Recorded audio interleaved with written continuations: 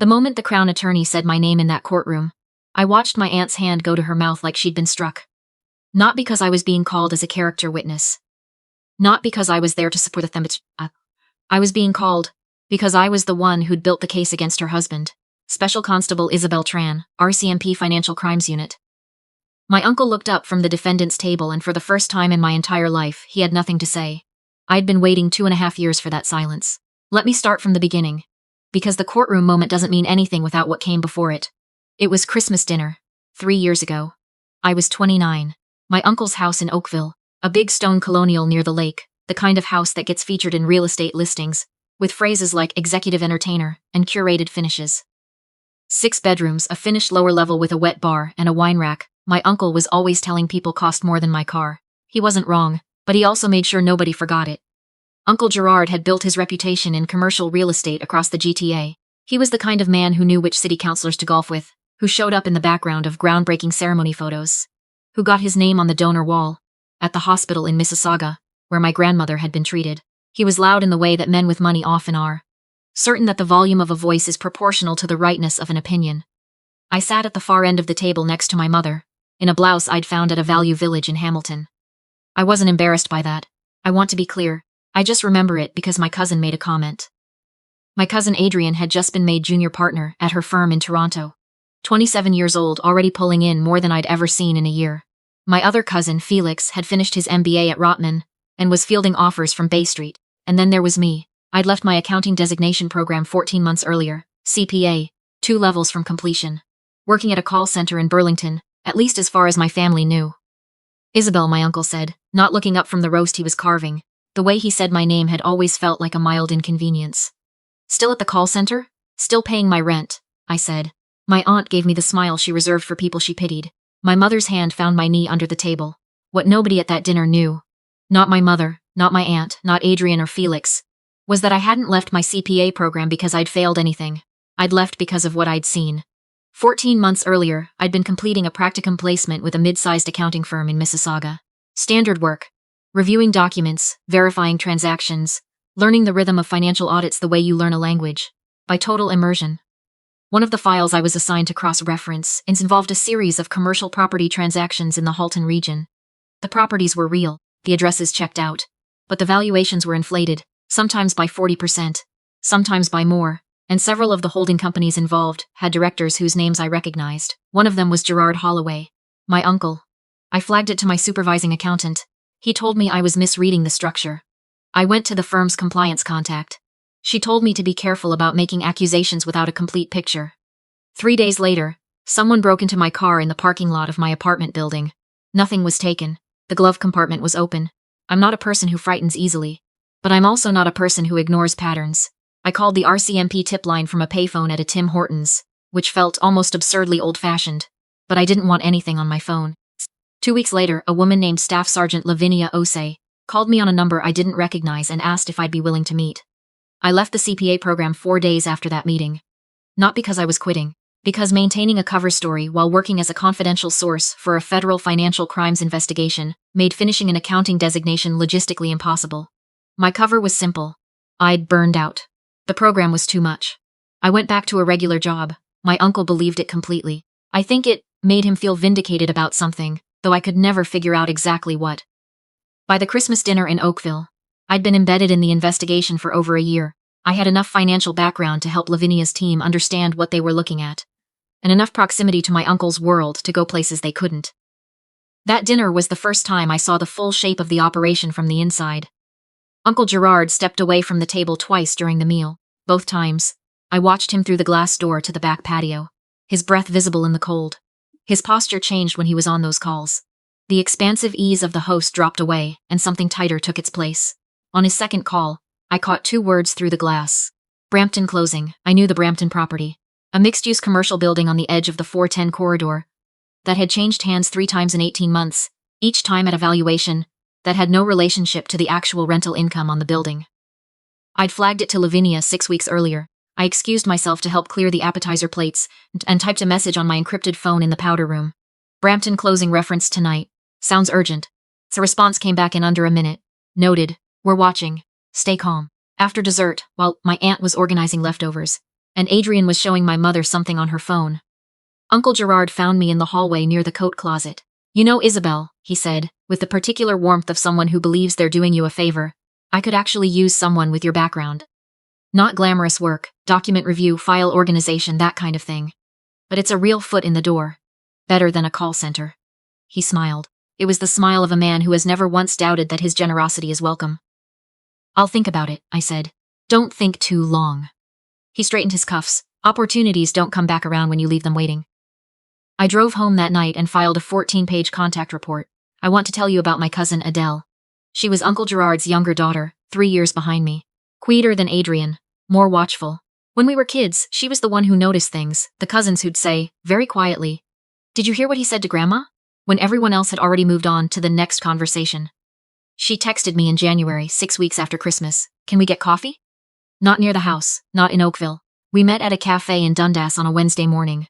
She was already there when I arrived, both hands around a mug she wasn't drinking from.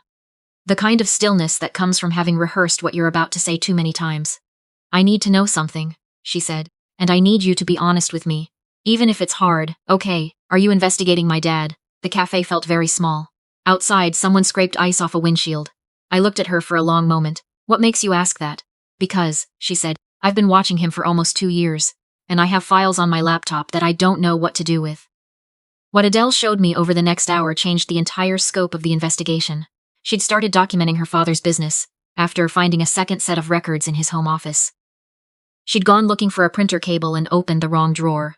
She didn't fully understand what the documents were. She was 26 years old, and had been sitting on evidence of financial crimes for nearly 2 years, because she was terrified of what it would do to her mother. She had photographs of transaction records, names of mortgage brokers at 2 different lenders who had been approving commercial loans on inflated appraisals. Wire transfers between numbered companies, the kind of paper trail that exists inside an operation that's been running long enough to get sloppy. "He's been pressuring my boyfriend to invest," she said. $75,000. Jamie doesn't know what the business actually is.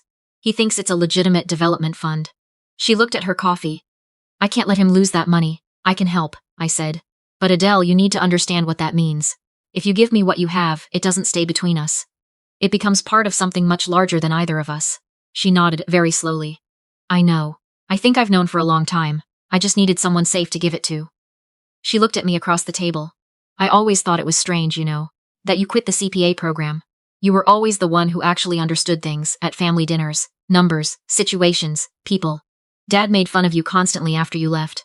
But I noticed he also never let you get too close to anything, like he was managing the distance on purpose. People stop being careful around the people they've already dismissed," I said. "I'll spare you the years that moved slowly. Because patience is not a story. What I can tell you is that the investigation expanded.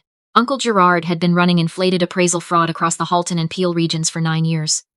He'd recruited 2 mortgage brokers at separate institutions, a commercial appraiser based in Brampton, and a notary in Etobicoke who handled the closings. The proceeds moved through 4 numbered Ontario corporations, and, eventually through a registered charity, a minor hockey foundation with my uncle's name on the letterhead, and my aunt on the board of directors. My aunt, Lavinia's team confirmed early, hadn't understood what she was signing. Gerard had positioned her role as purely ceremonial. She reviewed nothing. She signed what he put in front of her. That finding took months to establish conclusively, and I'm glad they were thorough, because the alternative, my aunt knowingly running a charity used to launder money, was something I didn't want to be true. It turned out in the final year before the arrests that my uncle had also pulled my older brother into the margins of the operation. Not directly. My brother ran a small landscaping and snow removal company in Hamilton. He'd lost a commercial contract the previous year when a shopping center changed property management companies. Uncle Gerard had offered him maintenance contracts on several of his holdings. Legitimate-looking work, reasonable rates, nothing that would raise a flag. My brother didn't know the properties were fraudulent assets. He was, without knowing it, issuing invoices that moved money through a real business. When Lavinia told me, I sat in my car in the parking lot of the RCMP detachment on Upper James Street for 20 minutes before I could make myself go inside. The arrests happened on a Thursday in November. 17 people across 4 municipalities. My uncle was picked up at his regular Thursday breakfast meeting at a hotel in downtown Mississauga, surrounded by 2 other men who were arrested at the same time. I wasn't there. I was at the Brampton courthouse, getting my lapel mic adjusted, preparing for the first of 9 days of testimony. The defense tried the usual angles. I had a personal grudge. I was a disgruntled family member who'd manufactured a narrative to settle old scores from Christmas dinners. The word bitter appeared 7 times in opening cross-examination. I counted. What the defense couldn't touch was the physical record. 9 years of documented transactions. Inflated appraisals cross-referenced against actual rental income, wire transfer logs, and Adele's photographs of the internal documents, which had been authenticated by a forensic accountant. There were also 2 cooperating witnesses from inside the operation, who had accepted plea arrangements in exchange for testimony. My uncle was convicted on 19 counts of fraud, over $5,000, money laundering, and breach of trust. My aunt received immunity in exchange for her cooperation and full disclosure of the charity's records. She had, the court confirmed, signed documents she hadn't read. She filed for separation 2 weeks after the verdict was delivered. The Hockey Foundation was dissolved. Every dollar of charitable funds that had been used to move fraudulent proceeds was ordered returned. The 2 mortgage brokers lost their licenses. The appraiser is awaiting a separate proceeding. My brother's company was audited by the CRA. He was cleared of any involvement. Lavinia called him directly to tell him. He didn't know until that phone call what I had actually been doing for 2.5 years. He didn't say anything for a long time after she explained it. Then he said, "You did all of that, and you never told me." "I couldn't," I said. "Not even a hint?" "Not even a hint." He was quiet again. Then, "I have to say, Izzy, that's either the most impressive thing you've ever done or the most annoying. Maybe both." I laughed. It was the first time I'd laughed in weeks. The hardest part wasn't the testimony. It wasn't even the verdict. It was Adele. She was standing in the hallway outside the courtroom after the sentence was read. 14 years with no parole eligibility for the first 5. She had her arms wrapped around herself. Not the way people do when they're cold, but the way people do when they're trying to hold something together that keeps wanting to come apart. I walked over and stood beside her. She leaned into me and cried without making any sound at all. "Did we do the right thing?" she asked, after a while. I thought about the right answer. The clean answer. The one that would hold up to scrutiny. "We did the necessary thing," I said. "I think those end up being the same most of the time." She nodded without lifting her head. "He's still my dad." "I know. That doesn't go away." "No," I said. "It doesn't. There are people who ask me whether it was worth it. Whether I regret how it ended. Whether turning on someone in your own family can ever be the right call, no matter what they did. Here is what I know. 14 businesses took out commercial loans on properties that were appraised at 40 to 60% above their actual value. When the fraud collapsed the financing structure, 8 of those businesses lost access to their working capital lines. 3 closed permanently.